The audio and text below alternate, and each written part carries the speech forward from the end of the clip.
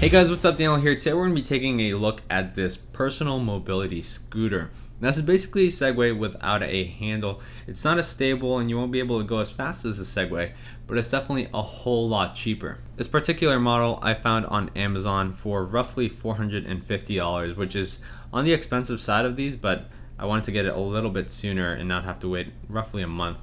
But if you're willing to wait, you can get these for $300 or close to that, or even cheaper if you get them for places like AliExpress, Alibaba, and other Chinese marketplaces. Now, you've probably seen this device. It's been shown in a lot of news networks and a lot of talk shows because there's different celebrities promoting different brands. You got the IoHawk, the Funky Duck, the Future Foot, we got the MonoRover, and from what it looks like, it's basically the same device, and the manufacturers or the people starting these companies are just changing up the logos.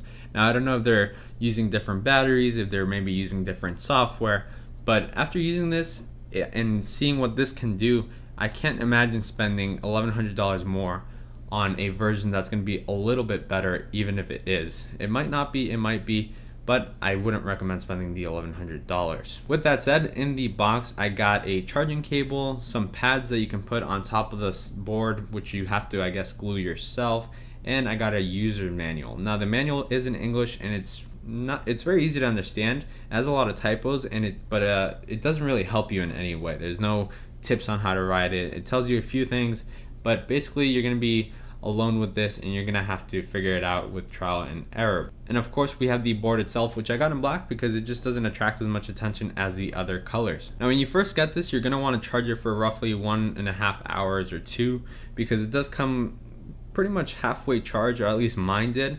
I didn't charge it, but it's always best to, because you want to prolong the battery life, and this promotes healthy battery life onto the device. Now, right away, the battery life on this thing was roughly 5 hours, a little bit over 5 hours. So it's definitely enough to get you from work to home or anything like that, or use it to commute to school, or go to the gym, or go to a pool, or go to pick up the mail, or anything like that. It's going to last you a good amount. It's definitely not as much as it advertises, but it's enough. And I used it way more than I would on a normal day, just so I could kill the battery life and see how long it lasted. One of the first things I wanted to find out is what terrain this can go over. I tried it out on grass and gravel and a few other smooth surfaces like wood and ceramic and things like that. And on gravel and grass, they both don't really work. They don't allow the scooter to go really fast because it's trying really hard and forcing the motors to go. So on the grass, it's too soft, and the gravel's a bit too hard. So I don't really recommend going on that unless you have to, but you're going to slow down to a pace that's even slower than walking. So then there's no real point of using it on those surfaces. I was also interested to see how it would handle bumps and something like a speed bump or even just a hole in the ground. Now, as far as speed bumps go, they're quite easy to go over once you get the hang of it. There's a lot of trust that goes into letting this thing go over a speed bump, mainly because if you do it incorrectly, what's going to happen is the board's going to start to spin or lose its grip, and you might get scared and fall, and you never know what can happen with a fall. So you should only try one of these things once you're really comfortable with the board and know how kind of to fall correctly and not fall back and hit your head or anything like that. You should wear a helmet when using this because it's still quite fast and you could fall and get hurt pretty bad. Now, as far as the holes on the ground go, you're going to be good as long as you don't freak out and try to overcorrect anything from the hole. And what I mean by that is once you go over the hole, you're going to feel that the skateboard or the board fell hard and it's going to shake a little bit. And if you try to overcorrect that shakiness from the board's stabilization motor or anything like that, then what's going to happen is you're going to scare more, the board's going to move more, and then you're going to fall. And that happens a lot when you first begin to try out the board, if you haven't had any experience like this before. Now, if you stay still and you're calm and careful, then you're going to go over the bumps without a problem, and you're just not even going to feel them after some point.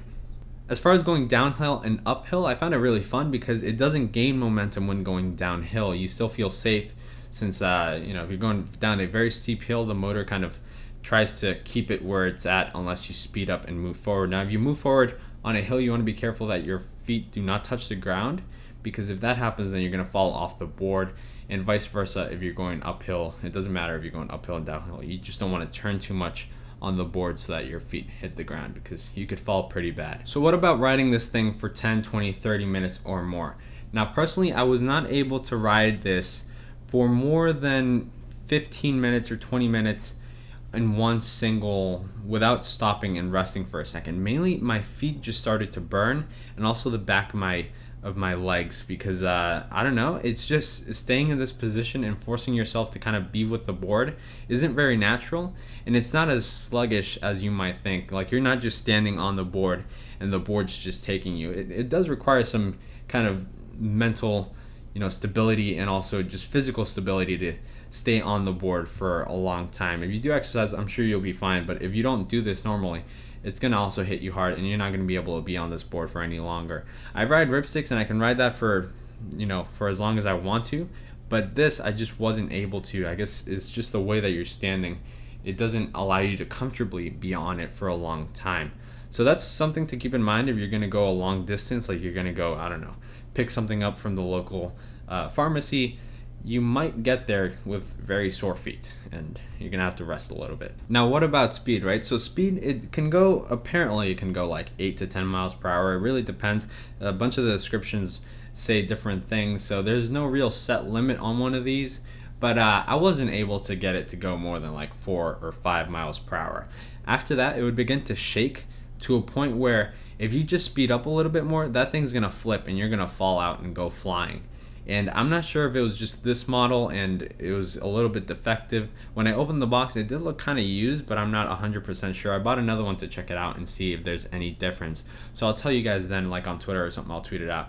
But for now, as far as this one goes, it's very unstable, and the fastest I could go was approximately a very slow jogging speed. Like if I was a mall cop and I was trying to catch someone, I would never be able to catch him. Like in a million years, they're gone. So if you do decide to get this, just kind of be prepared for something that's not going to take you fast. So if you need to get somewhere quickly, like from one class to another, this is probably not going to be the way to go. This is as much as an electric scooter and a whole lot more than a good bike. So those two things are definitely a lot more efficient if you're going to be using this for an actual commuting device. This is more of a kind of fun toy, Ripstick 2.0, to take you to the grocery store and get, I don't know, some vitamins, or go and pick up the mail, or go to the pool, something like that. Just a cool little fun toy that's going to take you from one place to the other without having to walk. And as I mentioned, it's not too sluggish of a thing. You kind of do feel like you're doing exercise on this thing.